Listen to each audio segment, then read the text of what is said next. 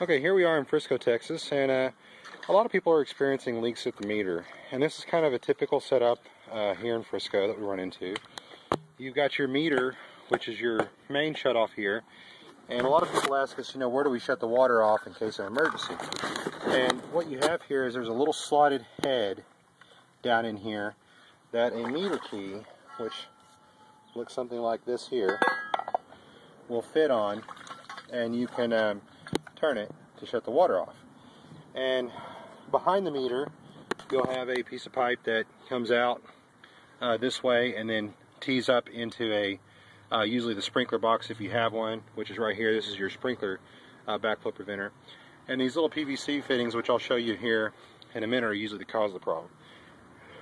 Now, you do have a shutoff valve up here in the flower bed usually, which typical flower bed here, you have your sewer cleanouts, which look like this. They're a white PVC with a cap on it. You've got one here, and then another one here. The one closest to the house is the one that we usually use to snake the line coming out.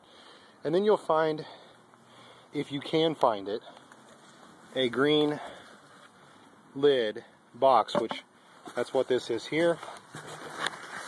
It's under a bush here. We had to dig out the dirt to get to it. Now this is a ball valve, which turning the valve that way is off, turning it that way is on. Most of these valves are not rated to be in the ground and will actually rust out. The other version of that is called a gate valve, which has a round handle on it that will usually rust out within about 6 months of the original install.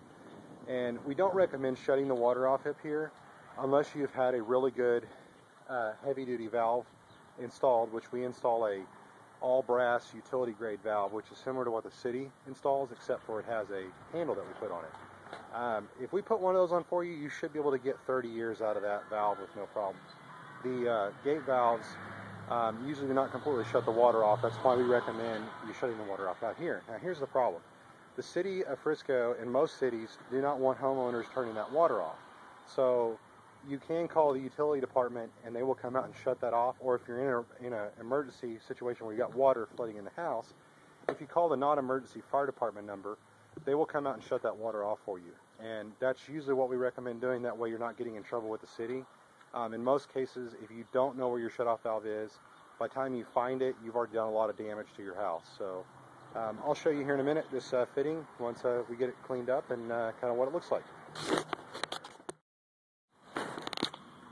Okay, so what we've done here is we've taken out this PVC stuff, which you can see here on the truck. This is copper, and it went into PVC, and I don't know if you can see that joint, how it kind of moves, and the copper stays the same. But this joint here, which was actually like this in the ditch here, these are compression, and they're not supposed to be put on copper like this. It's actually illegal here in the city of Frisco.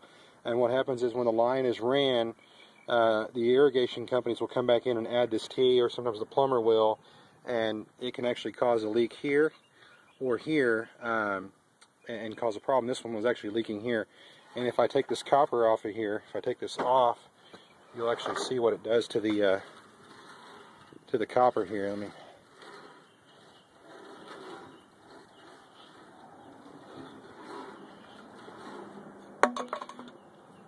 What actually wears these out is you can actually get a little pit in the copper. It looks like there was a little ding on the copper on this one actually, and it started to wear a hole. Yeah, right here. I don't know if you can see that or not, but there's a little bit of a hole there, and that's what was leaking there. So what we've done is replaced it with Uponor piping, which is a PEX type of piping, and the flexibility of it will actually allow the ground to move a little bit, and it'll eliminate less breaks on that. So we're going to test this out. And also wanted to show you on this meter key, on this meter lid, if you're trying to get into your meter, this is what the bottom side of it looks like. That's why you need the that's why you need these keys. The way this works is if this is up there like that, or when it's down on the ground, you take a meter key and it sticks in there, and to operate it from the what it looks like on the other side is this key will actually hit and bring that back.